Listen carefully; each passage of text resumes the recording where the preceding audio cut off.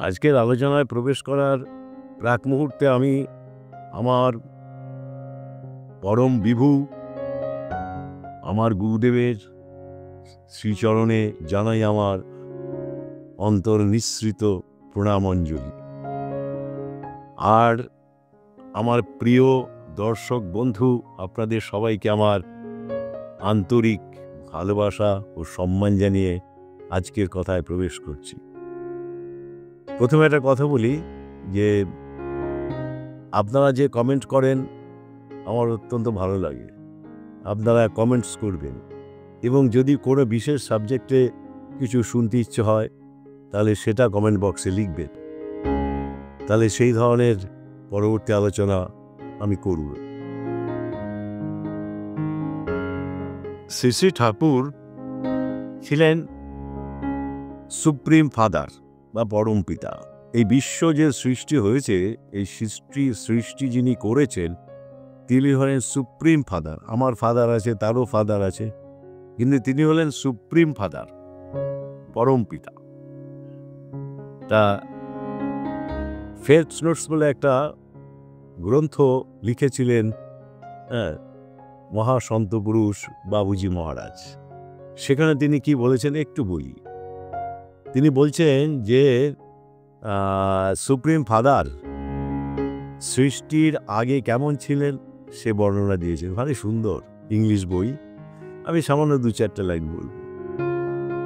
তিনি বলছেন যে he was made by love, love and love. তিনি প্রেম দিয়ে তৈরি ছিলেন। তার সমস্ত শরীরটা ছিল প্রেম দিয়ে তৈরি, রক্ত মাংস। এবার যখন তিনি মানুষ হয়ে এসেছেন তখনও কিন্তু তাই। তার সমস্ত শরীরটা ছিল প্রেম দিয়ে তৈরি এবং তিনি একাই সে প্রেম সমুদ্রে অবগাহন করতেন। হঠাৎ তার ইচ্ছে হলো লীলা তো একা একা ঠিক উপভোগ্য নয়, তাহলে লীলা করতে গেলে সৃষ্টি চাই। তখন তিনি সৃষ্টি করতে শুরু করলেন এবং সর্বশেষ এই যুগে তিনি আগমন করলেন আমাদেরকে উদ্ধার করার জন্য। তাকে বলা হয় পরম প্রেমময়। পরম প্রেমময় বলার অর্থই এটা যে তিনি প্রেম দিয়ে তার শরীর তৈরি। মানুষ হিসেবে যখন এসেছিলেন তখনও তার রক্ত মাংস সমস্ত কিছু কিন্তু ছিল প্রেম দিয়ে তৈরি। তার প্রতিটি অঙ্গের প্রতিটি লোকগুপ পর্যন্ত প্রেম দিয়ে তৈরি। তাই তিনি পরম প্রেমময়, শুধু প্রেমময় নয়। তাই তিনি সৃষ্টির যে সমস্ত রহস্য তাই এবার এসে উন্মোচন করেছেন। তিনি নতুন কথা অনেক শুনিয়েছেন। আমি বিজ্ঞানের ছাত্র ছিলাম, সেই হিসাবে আমার কাছে এগুলো খুব আশ্চর্য লেগেছিল একটা সময়। পরে ধীরে ধীরে বুঝলাম যে এটা একদম ধ্রুব সত্য। তাকে প্রশ্ন করা হয়েছিল যে মানুষ কেন অগ্রসর হচ্ছে না, মানে এগুচ্ছে না এত চেষ্টার পরেও। তিনি খুব সুন্দরভাবে বললেন যে লাইফ ইজ ইম্পার্টেড ইন দ্য উম, মানে জীবন সঞ্চারিত হয় মায়ের গর্ভের মধ্যে। তারপরে তাকে সুস্থ সুশৃঙ্খল করার জন্য যত চেষ্টাই করো না কেন তা হয় মেকানিক্যাল, মানে যান্ত্রিক, আসলে কোনো হয় না, পরিবর্তন হয় না। তাহলে মানুষ তৈরি হয়ে গেলে পরে তাকে পরিবর্তন করা যায় না। যেমন ধরুন এই পাখাটা আমার মাথার উপর আছে, এই পাখাটা যে তৈরি করেছে ইঞ্জিনিয়ার, সে যেমন তৈরি করে দিয়েছে ঠিক তেমনি আছে। ওটাকে পরিবর্তন করে আমি পাখাটাকে এসি করতে পারবো না, পাখাটাকে আমি কম্পিউটারে রূপান্তর করতে পারবো না। এই কোনো এভাবে রূপান্তর হয় না, যে যেটা তৈরি হয়ে এসেছে সে সেটাই করবে। তা তিনি অনেক প্রশ্নের উত্তর দিয়েছেন। একজন বলছেন যে এই সব করতে গেলে তো অনেক ঝামেলা। এরকম কথা দেখুন, খুব ঝামেলা। ঠাকুর সরাসরি বললেন যার জৈবিক সংস্থিতি তেমন সে ঝামেলা থাকলেও পারে, না থাকলেও পারে। আবার যার জৈবিক সংস্থিতি অন্যরকম সে ঝামেলা থাক বা না থাক কিছুতেই করতে পারে না। এই জৈবিক সংস্থিতি কথাটা কিন্তু এর আগে কোনো ধর্মীয় সাহিত্যে বা ধর্মীয় কালচারে বা আগে যে পুরুষোত্তমগণ এসেছেন এই পৃথিবীতে, তারা কিন্তু এই শব্দটাকে কয়েন করেননি, বলেননি কিছু। এটা খুব উচ্চ বিজ্ঞানের কথা। জৈবী সংস্কৃতি, বায়োকেমিক্যাল কম্পোজিশন, যেটা মানুষের মধ্যে থাকে, এটা খুব সূক্ষ্মভাবে থাকে এই জৈবী সংস্কৃতিটা। আমার শরীর কাটলে কিন্তু ওটা দেখতে পাবেন না, ওটা ভেতরে আছে এবং সূক্ষ্মভাবে আছে। অনেক কিছু তো সূক্ষ্মতা থাকে। আগের বারে একটাতে আমি বলেছি যে সূক্ষ্ম জগৎ একটা আছে, এই যেমন এই স্থূল জগৎ আমরা দেখছি, তেমনি সূক্ষ্ম জগৎ আছে। সেটা সূর্য, চন্দ্র, গ্রহ, নক্ষত্র, আমি, আপনি সবাই আছেন, সূক্ষ্ম দেহ। তো এইরকম এটা হলো জৈবী সংস্কৃতি, হলো সূক্ষ্ম কথা, একটা সূক্ষ্ম একটা ম্যাটার, একটা সূক্ষ্ম ম্যাটার, অর্গ্যানিক একটা কম্পোজিশন, বা বলা চলে যে সুপার অর্গ্যানিক কম্পোজিশন। এটা হলো সুপার অর্গ্যানিক কম্পোজিশন, এটা জৈবী সংস্কৃতি। তাহলে এই জৈবী সংস্কৃতি যার যেমন সে তেমনভাবে কাজকর্ম করে। তা জৈবী সংস্কৃতি যদি তেমন না হয়, তাহলে মানুষ কোনো ঝামেলা কে অ্যাডজাস্ট করতে পারবে না, বরদাস্ত করতে পারবে না। ওই যে তিনি বলেছেন, মুশকিলের মধ্যে থাকতে পারে সেই তো আসল থাকা, গাছে যে ফল পাকে সেই তো আসল পাকা। ওটা এর সঙ্গে মিলিয়ে বলেছে, কিন্তু কি মুশকিলের মধ্যে থাকতে পারা সেই তো আসল থাকা। তাহলে এই ঝামেলার মধ্যে যে থাকতে পারে না, তার জৈবী সংস্কৃতি সেরকম নয়। একটা বড় ঝামেলা তাকে যে সুন্দর করে অ্যাডজাস্ট করে নিয়ে ঠিকভাবে চলবে, তা পারবে না। তাই তিনি ওই বাণীটা আবার দিলেন যে মুশকিলের মধ্যে থাকতে পারা সেই তো আসল থাকা। তা আমাদের জীবনে মুশকিল মানে কি, নানা রকম সমস্যা, নানান কিছু। ছেলেটা কথা শুনছে না, কি মেয়েটা কথা শুনছে না, কিংবা বাড়িতে অন্যরকম সমস্যা রয়েছে, যে সমস্যাটাকে আমি সমাধান করতে পারছি না, বিব্রত বোধ করছি, তা কিন্তু করলে চলবে না। যে কোনো সমস্যা, যে কোনো মুশকিল, সেটার ভেতর থেকে চলতে পারলে তবেই সে উচ্চমানের মানুষ। সেটার মধ্যে থেকে যদি চলতে পারে, আর পালিয়ে যদি যায়, এসকেপিস্ট যদি হয়, তাহলে তো সমাধান হলো না, শান্তি পেল না। সব ছেড়ে চলে গেছে পালিয়ে, তা কী হবে? তার তো কিছুই হলো না। তাহলে এইভাবে একটা বিপরীত পরিস্থিতির মধ্যে চলার যে কায়দা কৌশল, সেইটাই কিন্তু মানুষকে চলতে চলতে আয়ত্ত করতে হয়। ওটা চলতে চলতে আয়ত্ত করতে হয়, ওটা কখনো অটোমেটিক থাকে না।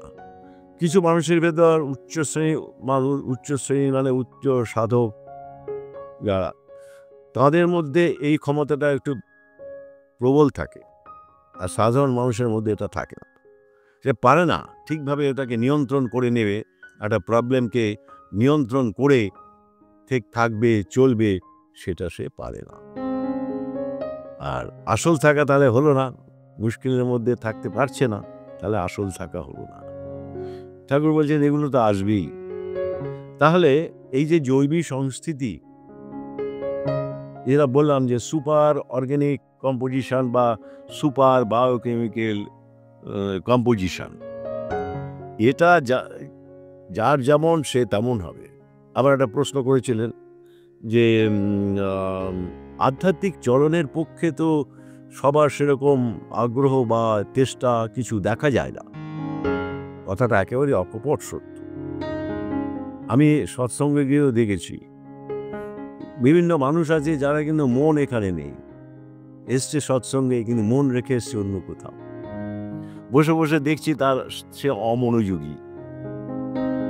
কেন না? আধ্যাত্মিক চলনের পক্ষে অনুকূল সে নয়, তার শরীর মন নয়। সেই প্রসঙ্গে ঠাকুর তাহলে কি উত্তর দিলেন সেটা একটু আপনাদের বলি। বলছেন, পিতৃপুরুষের চলনার মধ্যে যদি পবিত্রতা না থাকে, চলনা মানে জীবনযাপন, সবটা আছে ওর মধ্যে। আমি কেমনভাবে জীবনযাপন করব, কেমনভাবে কথা বলবো, কেমনভাবে চলবো, বাড়িকে কেমনভাবে আমার ফ্যামিলিকে নিয়ন্ত্রণ করব, সব কিছু। তাহলে এটার মধ্যে যদি পবিত্রতা না থাকে পিতৃপুরুষের চলনের মধ্যে, তবে সন্তানের জৈবী সংস্কৃতি আধ্যাত্মিক চলনের পক্ষে অনুকূল হয় না। ক্লিয়ার করে দিলেন যে এত মানুষ তো আমি দেখছি দীক্ষা নিচ্ছেন বা চলছেন, কিন্তু আধ্যাত্মিক চলন যেটাকে বলে সেটা খুব ফলপ্রসূ তাদের ক্ষেত্রে হয় না যারা খুব চেষ্টা না করে। যারা চেষ্টা করছে তাদের কিন্তু হয় বা হবে। তাহলে এই যে আধ্যাত্মিক চলনের পক্ষে অনুকূল হয় না, কারণটা তিনি বললেন। পিতৃপুরুষের চরণের মধ্যে যদি সেটা না থাকে, পবিত্রতা না থাকে, আধ্যাত্মিকতা না থাকে। পবিত্রতা বলতে অনেক কিছু বোঝায়, সদাচার আপনারা জানেন। এছাড়াও পবিত্রতা বলতে বোঝায় কাম, ক্রোধ, লোভ এগুলোর ওপর নিয়ন্ত্রণ করে চলা। কামের কাছে আমি আত্মসমর্পণ করে দিলাম, তাহলে আমার কি খুব ভালো সন্তান জন্মাবে? জন্মাবে না, কারণ সে তো ওই রকম হয়ে গেল, একটা কাম বিকৃতির মধ্যে দিয়ে জন্মালো, সেগুলো সে তার সাইকোলজিতে, মাইন্ডে, মাথার মধ্যে রয়ে গেল। তাহলে পবিত্রতা রাখতে হবে, পিউরিটি আমাদের দৈনন্দিন জীবন যাপনের ক্ষেত্রে। এই পবিত্রতা যদি না থাকে পিতৃপুরুষে, তাহলে ছেলেপুলের সেই জৈবিক সংস্কৃতি থাকে না। যে জৈবিক সংস্কৃতি থাকলে সে আধ্যাত্মিক পথে চলবে। আবার বলছেন সেখানে গোলমাল হতে এগুলোই যায় না, এগুতেই পারবে না। বলেই বললেন, কথায় বলে পঞ্চভূতের ফাঁদে ব্রহ্ম পড়ে কাঁদে। আমাদের বৈধানিক সংস্কৃতি যেমন বোধ ও চলনও তেমন হয়। ওই এক কথা, কম্পোজিশনটা যেমন হবে তেমন চলনা হয়। এগুলো কিন্তু আগে কেউ বলেননি। ঠাকুর খুব নতুন ধরনের কথাবার্তা বলছেন, এগুলো খুব সুন্দর কথা। হ্যাঁ, আবার একবার একজন জিজ্ঞেস করছেন যে সবাই তো জব করতে পারে না, একটু করলো ভুলে গেল, ব্যাস ভুলে গেল তো ভুলেই গেল, তারপর যা করছে করছে করছে করছে সে তার নিজের নিয়ে অন্য কিছু কর্ম নিয়ে ব্যস্ত হয়ে পড়ছে, অন্য কোনো চিন্তা নিয়ে ব্যস্ত হয়ে পড়ছে। কেন পারে না? ঠাকুর বললেন যে ওটা তার ভেতরে নেই। মা বাবা সেরকম নয় যেখান থেকে সে জন্ম পেয়েছে। তাদের মধ্যে যদি এইটা না থাকে, জব, ধ্যান ইত্যাদি করার যদি ইচ্ছে আগ্রহ না থাকে, তাহলে কিন্তু সন্তানের মধ্যে জব করা, ধ্যান করা খুব কঠিন হয়ে যাবে, সে পারবে না। তাহলে মা বাবাই উৎস যদি ঠিক না থাকে তাহলে হবে না। তাহলে জব ধ্যান করতে গেলেও কিন্তু মা এবং বাবার ভেতর যদি এগুলো থাকে তবেই সে করতে পারে। তাহলে সবকিছুই কিন্তু জন্ম বৃত্তান্ত নিয়ে তৈরি হয়েছে, এর বাইরে কিচ্ছু নেই। এবং পরমপিতা এবার এসে এত সুন্দর করে এই ব্যাপারটাকে বুঝিয়ে ক্লিয়ার করে দিলেন মানুষের কাছে, যে মানুষ বুঝতে পারছে যে অর্গানিক কম্পোজিশনের উপর সব নির্ভর করছে আমার শরীরের। জৈব কম্পোজিশন, বায়োকেমিক্যাল কম্পোজিশন, যেটা সুপার, চোখে দেখা যায় না। বায়োকেমিক্যাল কম্পোজিশন যে আমাদের শরীরে কি কি কি কি আছে, এগুলো বিজ্ঞানগতভাবে আমরা জানি। কিন্তু সুপার যেটা সূক্ষ্ম বায়োকেমিক্যাল কম্পোজিশন, যেটা দয়াল বলেছেন, সেইটা কিন্তু এখনো বিজ্ঞানীরা দেখতে পাননি, আবিষ্কার করতে পারেননি। কারণ তারা তো সূক্ষ্ম জগতে পৌঁছননি এখনো, স্থূল জগৎ নিয়েই কারবার করছেন, স্থূল বিজ্ঞান নিয়েই কারবার করছেন। একদিন হবে, নিশ্চয়ই হবে একদিন। যেভাবে এগুচ্ছে, যে দ্রুত গতিতে এগুচ্ছে বিজ্ঞান, একদিন কিন্তু হবে।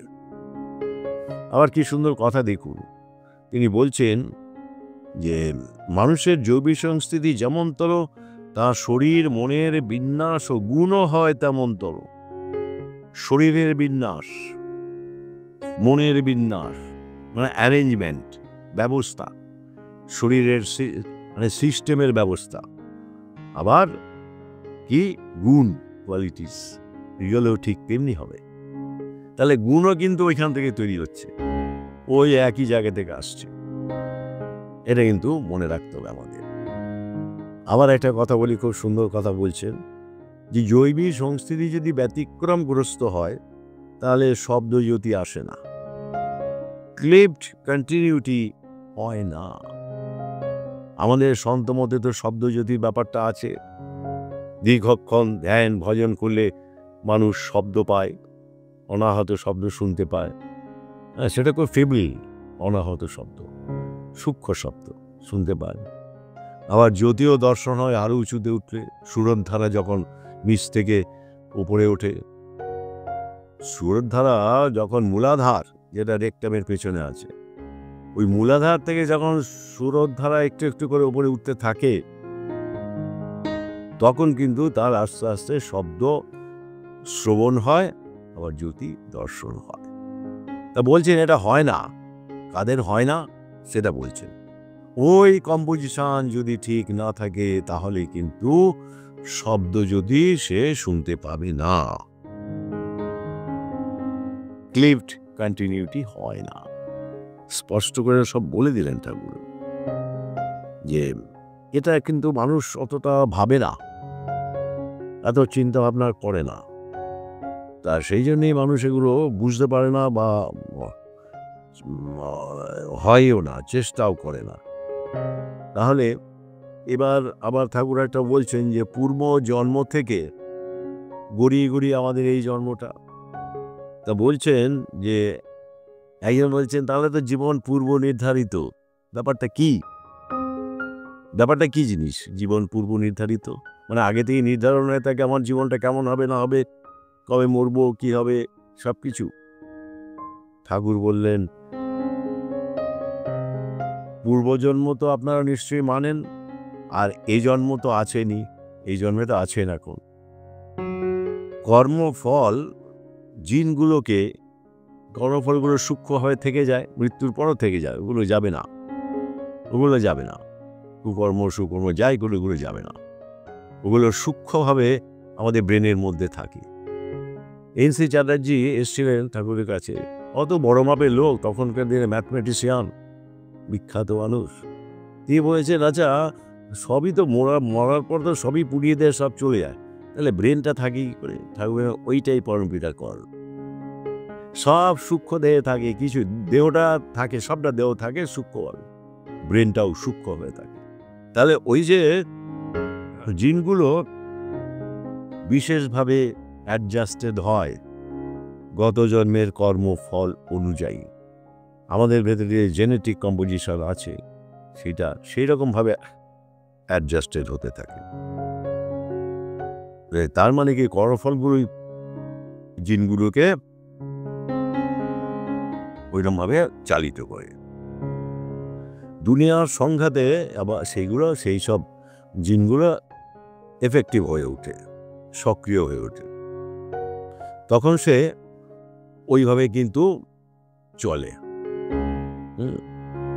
তাই ওই স্বভাব যেটা পাচ্ছে না মা বাবার কাছ থেকে, স্বভাব হয় যেমন, চলা পাড়া কথা সবই হয় তার তেমন, এখানে কিছু করার নেই। এগুলো একদম মানে বাস্তব সত্য, বাস্তব সত্য। তা দয়াল যে এই কথাগুলো বলছেন, এই কথাগুলো থেকেই বোঝা যায় যে আমাদের জীবনে যে সমস্ত কর্ম আমরা করি সেগুলো থেকে যায়, সেগুলো আর যায় না বা সরে না, এবং সূক্ষ্মভাবে মৃত্যুর পর থেকে যায়, এবং পরের জন্য আবার সেগুলোকে নিয়ে আসে। তাই তিনি বলছেন যে একটা শারীরিক কোষের মধ্যেও যে উপাদান আছে, স্পার্ম ওভা, শুক্রকীট ও ডিম্বাণুর মধ্যেও কিন্তু সেই উপাদানই আছে একটা সেলের মধ্যে। আমাদের তো অজস্র সেল, প্রত্যেকটা সেলই তো জীবন্ত, অটোনমাস, প্রত্যেকটা সেলই। এ নয় যে একটা সেল জীবন, তার কাছে মরে গেছে, তা সমস্ত সেলগুলোর মধ্যে আমি যেরকম তারই যেন একটা প্রতিচ্ছবি, একটা ইমেজ আছে, অ্যাক্টিভ ইমেজ, জীবন্ত ইমেজ আছে। তাহলে এইটা কিন্তু যেহেতু আছে একটা জীবন্ত ইমেজ, সেই জীবন্ত ইমেজটা ঠাকুর বলছেন যে স্পার্ম ওভার মধ্যেও আছে, এবং তার মধ্যে যেগুলো আছে সেগুলো নিয়েই কিন্তু আসে, বলেই বলছেন যে ডিম্বাণুর মধ্যে ওই শুক্রকীটের মধ্যে যা আছে সেটাকে স্প্রাউট করার, গজাবার ক্ষমতা দেয়া আছে ডিম্বাণুর মধ্যে। বট গাছের একটা ছোট্ট দানায় অত বড় বট গাছটাই কিন্তু আসলে থাকে, দয়াল বলছে অত বড় বট গাছটা ওর মধ্যে থাকে। তাই তার যা পোটেন্সি বট গাছে, সে পুরো পোটেন্সিটা, শক্তিটা থাকবেই। এখান থেকে কিন্তু অন্য কিছু হবে না। তা একটা কথা হলো যে আমরা জন্মাই তো কোনো প্রবৃত্তিতে কনসেন্ট্রিক হয়ে, মানে কোনো একটা কমপ্লেক্সের মধ্যে ডুবে গিয়ে জন্ম হয়। কমপ্লেক্স দিয়েই তো দেহ তৈরি, কমপ্লেক্স ছাড়া তো দেহ হবে না। তাই হয় কি, ঠাকুর আবার বলছেন, এসব আলোচনা হচ্ছিল সেদিন, আবার বলছেন যে জৈব সংস্কৃতি তেমনি হবে। যে প্রবৃত্তিতে ডুবে আমি জন্ম নিলাম, মায়ের পেটে ঢুকলাম বাবার কাছ থেকে, মায়ের ভেতরে যে কমপ্লেক্সটা খুব অ্যাক্টিভ, সক্রিয় হয়ে আছে সেগুলো নিয়ে, তাহলে কিন্তু জেনে নেবেন যে আমার যে অর্গানিক কম্পোজিশন, যেটার কথা এতক্ষণ আলোচনা করছিলাম, সেই কম্পোজিশনটা, জৈবিক সংস্কৃতিটা, সেটা কিন্তু সেরকমই হয়। এখানে কিন্তু কিছু করার নেই। কি অদ্ভুত সব মানে সিস্টেম আমাদের দেহের, যেটা ঠাকুর এবার ঠাকুর কিন্তু খুলে মেলে উন্মোচন করেছেন, এগুলো মানুষ বুঝতে পারতো না, জানতে পারতো না। ঠাকুর বলছেন আমরা যখন বিগত হই, মানে মারা যাই, কোনো একটা বিশেষ ভাব নিয়ে তো যাই, যে ভাবটা তার সারা জীবনের মধ্যে যেটা সবচেয়ে অ্যাক্টিভ ছিল, যে চিন্তাটা, যে কর্মটা অ্যাক্টিভ সবচেয়ে বেশি ছিল, সেই ভাবটা নিয়েই তো আমরা যাই, সেটা নিয়ে যাই। এটা হবে না যে তখন ঠাকুর নাম করব, তখন তো আমরা জ্ঞানই নেই, অজ্ঞান, কি ঠাকুর নাম করবো মৃত্যুর আগে। বলছেন তা আকাশস্থ নিরালম্ব বায়ুভূত তরঙ্গের মতো অবস্থায় হয়, দেহের মতো থাকে সূক্ষ্ম দেহটা। আবার যেখানে তার টিউনিংটা হচ্ছে, তার যে কমপ্লেক্স ভাব, মানে কোনো একটা কমপ্লেক্স, তার যে কমপ্লেক্সটা নিয়ে সে মারা গিয়েছিল, সেই কমপ্লেক্সটা কিন্তু নিয়ে এসে আসছে। ফলে কি করে আসবে সে, যে পুরুষ এবং নারী ওই ধরনের কমপ্লেক্স ওয়ালা, ওই ধরনের কমপ্লেক্স প্রবৃত্তিওয়ালা, এই ধরনের প্রবৃত্তিওয়ালা যারা, সেইখানেই জন্ম নেবে। আমরা জানি প্রবৃত্তি বড় সাংঘাতিক, কত রকম আছে, হাজার রকম আছে। আমার অমুক লোকটাকে ভালো লাগে না, একটা কমপ্লেক্স, সব কিছু কমপ্লেক্স। হীনমন্যতা একটা কমপ্লেক্স, একটা অলসতা থাকা, সেটাও বড় কমপ্লেক্স। কাজ করতে ইচ্ছে করছে না, এখন পরে করবো, কমপ্লেক্স। তাহলে এই যে অসংখ্য কমপ্লেক্স বা প্রবৃত্তি আমাদের দেহে বাসা বেঁধে আছে, কখন কোনটা সক্রিয় হবে, অ্যাক্টিভ হবে, যখন অ্যাক্টিভ হওয়ার সময় আসবে তখন সে অ্যাক্টিভ হবে। এবং কর্মফল, গত জন্মের কর্মফলটা এগুলোকে নিয়ন্ত্রণ করছে, চালিয়ে নিয়ে যাচ্ছে। তা এইরকম ভাবেই কিন্তু আমাদের জীবনটা কাটে। এই জৈবিক সংস্কৃতি, অর্গানিক কম্পোজিশন, মানে সুপার অর্গানিক কম্পোজিশনটা, এইটা যেমনভাবে চালাবে আমি তেমনভাবে চলবো। ওটা আমার গত জন্মের কর্মফলের ওপর নির্ভর করে তৈরি হয় এই সুপার অর্গানিক কম্পোজিশন বা সুপার বায়োকেমিক্যাল কম্পোজিশন শরীরের। এ বড় সাংঘাতিক জিনিস, এটাকে কেউ পাল্টাতে পারবে না, এটাকে পাল্টানো যায় না। হ্যাঁ, এই যে বলেন যে শব্দ, যদি ধ্যান সাধনা, এগুলো এর উপর নির্ভর করে, এগুলো তাহলে এর উপরই নির্ভর করছে, এর বাইরে কিছু নেই। বহু লোক টেস্ট পায় না, নামে রুচি পায় না। আর নামে রুচি বলে একটা কথা আছে, নাম মধুময়, মধুময় যে সে মধু তো আমি খেয়েছি, সবাই খেয়েছি আমরা। মধু এত টেস্ট লাগে, ঠিক সেই রকম টেস্ট লাগবে কিন্তু নাম করতে করতে ওই রকম টেস্ট লাগবে, ওই টেস্টটা মনের মধ্যে লাগবে।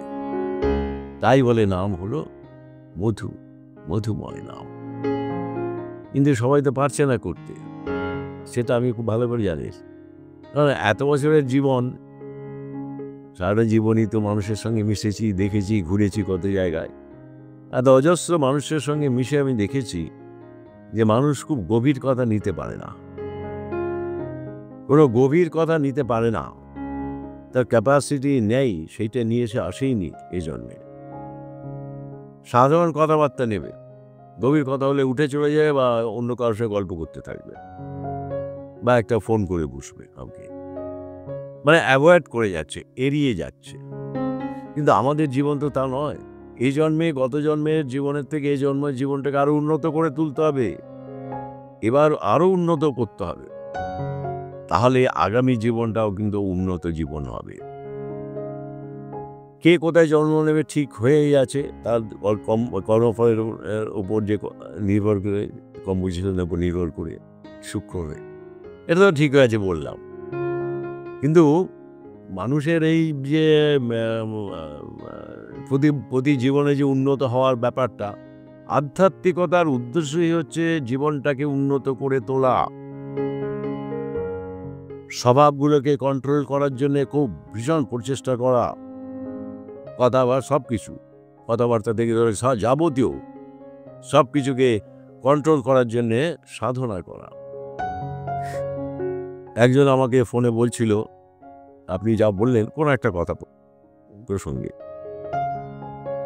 তাতে খুব ধৈর্য লাগবে, সহ্য শক্তি লাগবে। সহ্য শক্তি বাড়ানোই তো একটা সাধনা, সহ্য শক্তি বাড়ানো একটা সাধনা। তার জন্যে যেমন ক্রিকেট বা ফুটবল খেলতে গেলে সাধনা, ওটাও তেমনি এখানে এটার প্র্যাকটিস করতে হবে। কেউ হয়তো বাজে কথা বলে বসলো, আমি তাকে বলছিলাম চুপ করে থাকবে, কোনো উত্তর দেবে না, ভালো লাগছে না তাও চুপ করে থাকবে। এই করতে করতে করতে করতে তোমার সহ্য শক্তি বাড়তে থাকবে।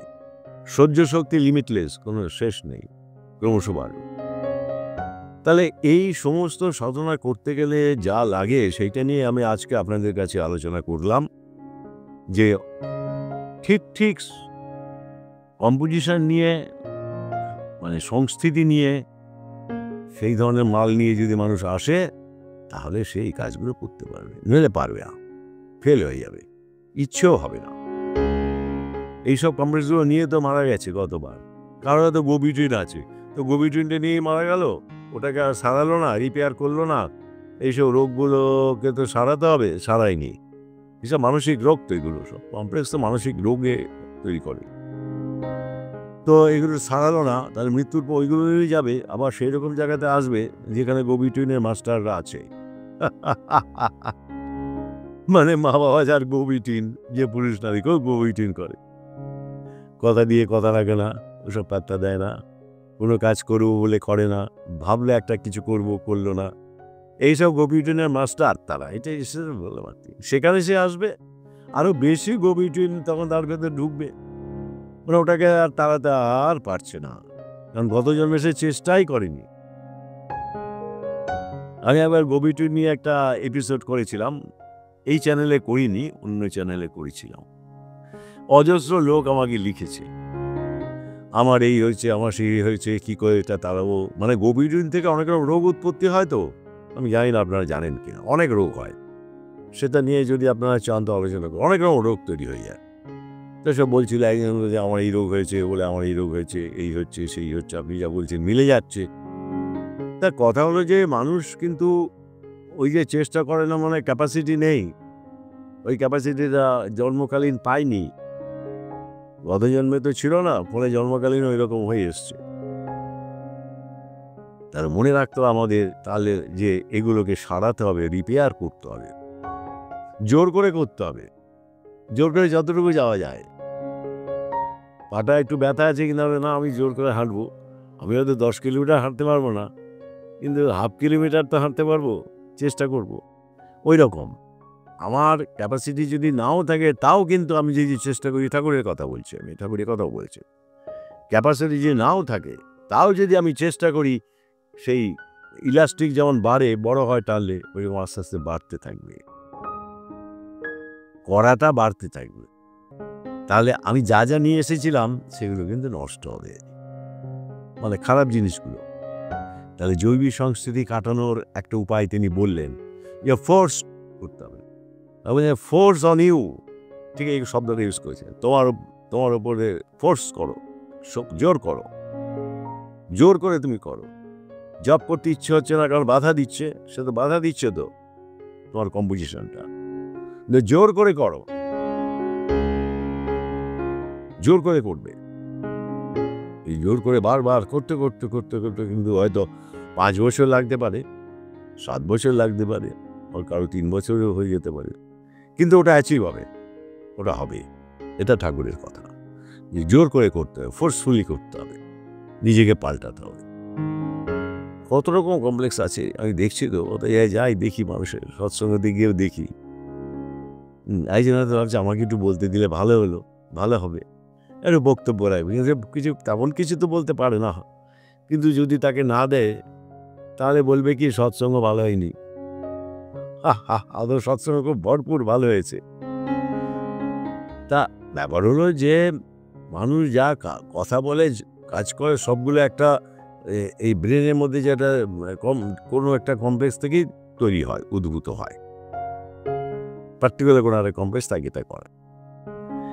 তাহলে এইগুলো আমাদের, তারপরে মানুষ সাধনা করতে করতে, এইগুলো তো সাধনা, জব ধ্যান করতে করতে, এইভাবে নিজেকে চেঞ্জ করতে করতে করতে করতে একটা সময় আসে যখন মানুষ কিন্তু নিজের কমপ্লেক্স যখন চিনতে পারে, কখন কি কমপ্লেক্স উঠছে মাথার মনের মধ্যে, তখনই কিন্তু পরের কমপ্লেক্সটা বুঝতে পারবে, মানুষকে চিনতে পারবে।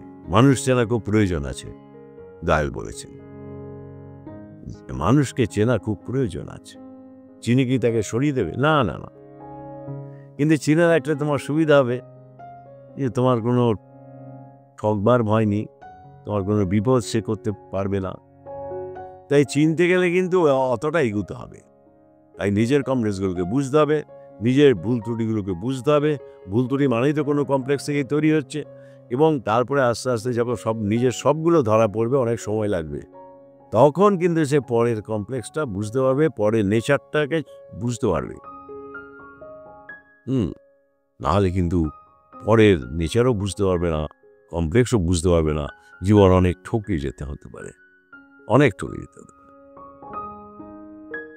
আমাকে একজন বিয়ে করে বলছিল, আমরা সব কিছু খোঁজ দেবে, শুধু বংশ, বর্ণ, বংশ, গোত্রই না, তার স্বভাবটা কিরম, কথা বলার টেকনিকটা দেখো, কেমনভাবে চলে, কেমনভাবে কথা বলে, চলে মানে এইগুলোই, চলন বলন কিরম, রাগ আছে কি না, এগুলো ঠাকুরে বলেছেন, ঠাকুর রাগ আছে কি না দেখবে টেস্ট করে, এটা ছোট্ট করে রাগিয়ে দিলেই বুঝতে পারবে, অগ্নিশর্মা হয়ে যায় কিনা, এইসব আরও অনেক কিছু বলেছিলাম, সেগুলো এখন বলার দরকার নেই।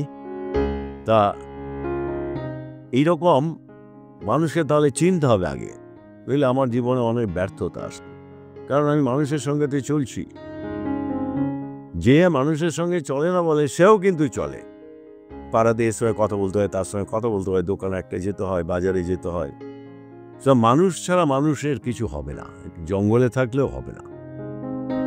তাই মানুষকে মানুষের প্রয়োজন, আর সেই জন্য আমি বললাম যে কমপ্লেক্সটাকে চিনে নিতে হবে অন্য মানুষের, নিলে সুবিধা হবে আর কি, ডিলিংস করা খুব সুবিধা হবে, নইলে ডিল করতে পারবে না। যাক, একদম শেষ পর্বে পৌঁছে গেছি, অনেকটা কথা বলেছি। আপনারা সব সুস্থ থাকুন, আপনারা সবাই ভালো থাকুন, ইষ্ট প্রাণ জীবনে উঠুক, প্রাণটা যেন ইষ্টই হয়, ইষ্টই যেন আপনার প্রাণ হয়। জব ধ্যানে পারদর্শী হয়ে উঠুন, আর তাকে ভালোবাসুন, ভালোবাসা মূল ইষ্টকে, ইষ্টের সঙ্গে ভালোবাসা বা প্রেমের সম্পর্ক স্থাপন করতে হবে। এইটুকু বলে আজকে আমি আপনাদের কাছ থেকে বিদায় নিচ্ছি।